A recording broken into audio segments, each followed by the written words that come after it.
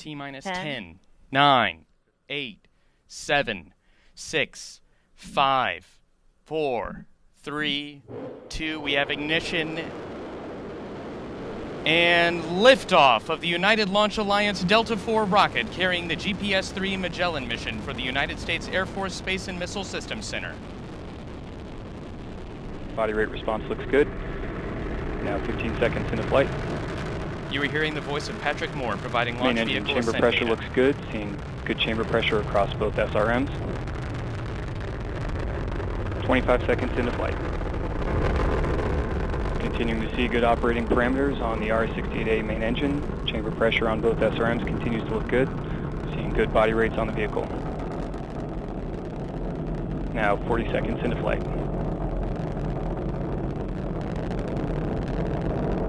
Vehicle is now passing Mach 1. Delta IV is now supersonic. Now 50 seconds in.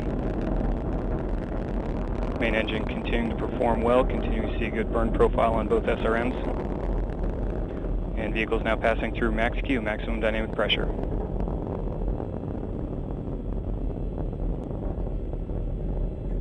Main engine continuing to perform well, continuing to see good SRM chamber pressure profiles. 1 minute, 15 seconds into flight.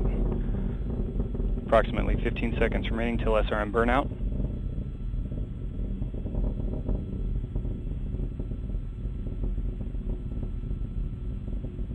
SRM chamber pressure is tailing off. And we have burnout on both SRMs, standing by for separation.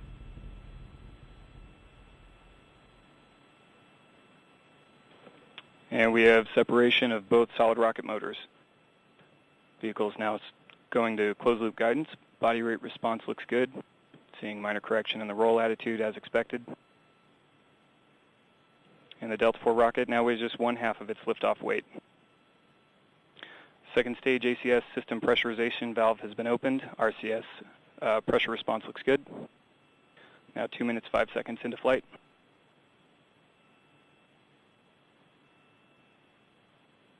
And vehicle is now passing through Mach 5. And we have BECO booster engine cutoff, standing by for stage separation. We have good indication of stage separation. The upper stage engine nozzle extension is deploying. We have pre-start on the RL-10. Standing by for ignition. We have ignition and full thrust on the RL-10 engine. Chamber pressure looks good. Body rates look good. Standing by for payload fairing jet, and we have payload fairing jettison. Delta Mission Control at T plus 4.5 minutes. We've just heard Patrick Moore report the successful execution of the early events of today's flight, and all systems continue to operate nominally.